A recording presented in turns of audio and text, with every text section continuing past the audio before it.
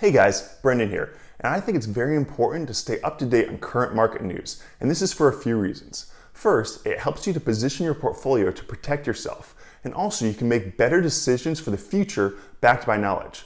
For example, if you're an entrepreneur and looking to start a business, you can use knowledge of current affairs to determine which sector is the best area to start your business in to be profitable.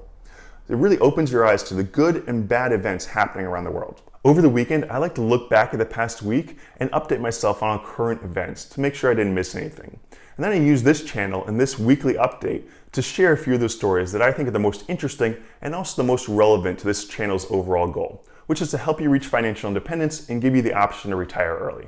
And also make sure you stick around to the end because I always like to add a few funny or uplifting stories to send us off on a positive note.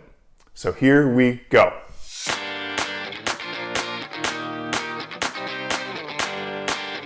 So after last week's news of Warren Buffett selling all of Berkshire Hathaway's holdings of US airline stock and Elon Musk saying that he thinks Tesla is overvalued, I actually expected the market to have a little bit of a dip this week.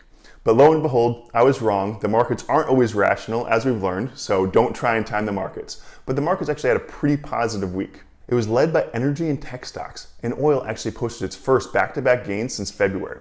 This is because companies were able to cut production faster than expected, and demand is increasing because of the state reopenings. So how did the financial markets actually do? Well, the S&P 500 was up 3.5%, the Dow Jones Industrial Average was up 2.6%, the Russell 2000 was up 5.5%, and the MSCI EAFE was down 1.1%. So why do I choose these indexes to share? Well, the S&P 500 and the Dow Jones Industrial Average are two of the most popular indexes in the US. They really represent the large cap US companies. Now, the Russell 2000 represents the small cap US companies, so it's good to compare how small cap is doing relative to large cap, especially because my investment strategy is overweighting small cap companies. So when the Russell 2000 outperforms the S&P 500 and the Dow Jones Industrial Average, my strategy is actually working well. So again, this week it worked well. And then the MSCI EAFE is just a good proxy for international stocks, so it's good to compare international to domestic as well. So based on these numbers, the S&P 500 has now recouped about half of its losses from its record high earlier in the year. And this is on hopes that the economic recovery has begun as states start to reopen, and we've really just kind of hit the bottom. Now, is this warranted? I don't really know. I have my doubts, but we'll see. The monthly jobs report revealed that over 20 million people lost their job in April. That brings the unemployment rate up to 14.7%, which is the highest rate since the Great Depression. That was over 80 years ago. And the actual unemployment rate is likely higher. The economist estimates closer to 20%, and we'll see that in the coming months. Now, to compare this recession to previous recessions, in 2008 and in 1982, unemployment reached 10%. And it took about 5 years in both cases for that unemployment rate to be cut in half. Now, the Great Depression was obviously worse. Its unemployment rate was 25%, and it took 7 years for that to be cut in half. Now, the silver lining in this case is that 80% of the jobs that were lost are just expected to be temporary layoffs. This is an expectation that once the economy gets back moving, demand will return to these businesses. In previous recessions, all layoffs were considered to be permanent. Now, for this first week in May, Americans filed 3.2 million jobless claims. This brings the total up to about 33.5 million in the 7 weeks since the pandemic started. But the good news is that over the past 5 weeks, we've seen a weekly decline in the number of jobless claims. So really, this is the lowest level since March 14th. Now, while improvement is good, this number is still shockingly high. Now, some of this is due to what I mentioned last week, where a lot of states just have really outdated equipment and aren't able to keep up with jobless claims demand. So it's just coming through in later weeks. But also there's concern that there's a second wave of layoffs coming. Now, the concern is that companies were trying to hang on to their employees, but are finally just throwing in the towel because they don't think they're going to be able to make it. There's also concern that consumers are cutting back because of all the uncertainty going on right now. So they're not spending as much, and companies are preparing for this by laying off employees. So this past week, oh, hey bud. Odie stopped by to say hi. I don't know if you guys can see him, but. So this past week, General Electric, Uber, and Airbnb all said that they plan to lay off thousands of employees. MGM warned that some of its 63,000 employees that it furloughed earlier this year could become permanent layoffs in August. And this just shows that many companies are preparing for a sustained slowdown as the economy searches for traction. On April 27th, the federal government relaunched its small business aid program by adding another $310 billion to the Paycheck protection program. Now, 2 weeks later, 40% of that money is still available. This is surprising because the first time they funded it with $349 billion, it was gone within 2 weeks. So why is 40% still available? Well, the Treasury Department has now restricted public companies from being eligible for this loan. Also, several companies applied for the loan through different banks. It was estimated that about 10% of all loans at each bank were duplicate loans, so that they were excluded.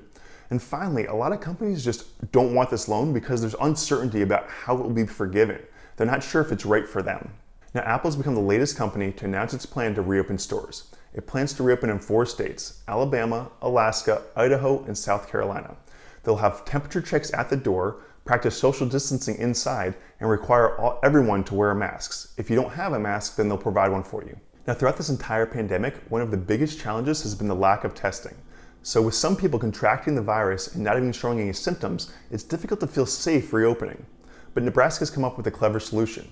They test 5 people with 1 test. So how do they do this? They combine all the samples of 5 different people, run it through the test. If it comes back negative, then all 5 are cleared. If it comes back positive, then they test each one of those people individually. Now, this idea isn't new. It actually goes back to World War II when the US Army was battling a wave of syphilis.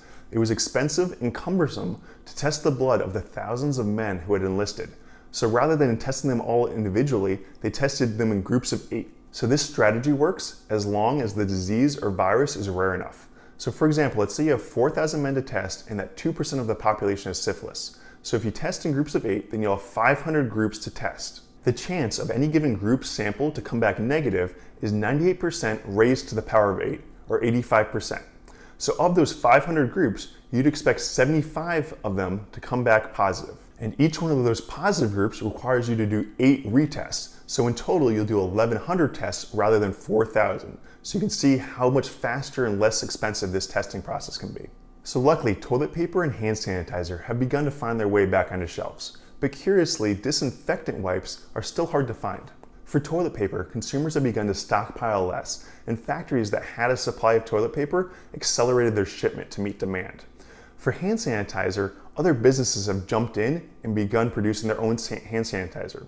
Places like fragrance makers or breweries have begun making their own lines and helped to meet demand. So the problem with disinfectant wipes is that prior to the pandemic, only about half of households actually stocked it. So compare that to toilet paper, where pretty much every household, I hope, stocks it. The disinfectant wipes saw an unbalanced increase in demand as the pandemic started. Also, it's harder for other companies to jump into producing disinfectant wipes because you have to combine producing the paper towels for the wipes and also the disinfectant part. It's harder than just increasing the hand sanitizer production. Clorox and Lysol, 2 of the biggest producers of disinfectant wipes, have been running their plants non-stop since the pandemic began to try and keep up with demand, but they've still been falling behind. They've actually made long-term capital investments in their plants to increase the production of these disinfectant wipes because they think that demand will continue into the future. So obviously the virus and its effects have dominated headlines for another week, but do you know what's actually the leading cause of deaths in the US this year? Hint, it's not the virus. It's actually heart disease. And as a comparison, at its peak, the virus has killed 2,584 people in a 24-hour period in the US. Heart disease kills 1,900 people in 24 hours on average. Now, while it's obviously important to take precautions regarding the virus in terms of social distancing, washing hands, wearing face masks, etc., you also need to take care of your body. Causes of heart disease include unhealthy diet, lack of exercise, being overweight, and smoking. So taking care of your body will help you prevent heart disease, but it's also been proven to help you combat the virus should you contract it. Don't let the quarantine be your excuse for not eating healthy and working out. There are many exercises you can do from home and great YouTube channels that show you examples on what to do. Now, the next plague we have to worry about in 2020 are murder hornets. And their real name is Asian giant hornet. But they're given the nickname murder hornet not because they kill humans, which they can if you get stung enough. Their sting is very painful. But actually they fly into beehives and begin decapitating bees in mass and then eating their bodies. Now, they've mainly been spotted in Washington state, but it is a concern because of their effect on the already rapidly declining bee population. Now, the savior may come in the form of a praying mantis because apparently they attack murder hornets and will eat their brain. So we have that. Now, onto some lighter news. The NFL has released its 2020 schedule with some contingencies in place. One clear one is that in week 2, every team that plays every other team has the same bye week, so that week can easily be canceled and then those games can be made up over the bye week very easily. Another contingency is that week 1 could easily be pushed back to the end of the season so that we start a little bit later. But the situation is still very uncertain, and the NFL has stated that no football will be played until state and local government officials consent to the reopening. And it's unclear if that will happen by the time the season is supposed to begin. So what do you think of the stories I just presented? Are there any that concern you in particular? Let me know in the comments below. Also, if you like this video, please hit the like button and subscribe. Also hit the little bell icon so you don't miss any future videos. Have a great week.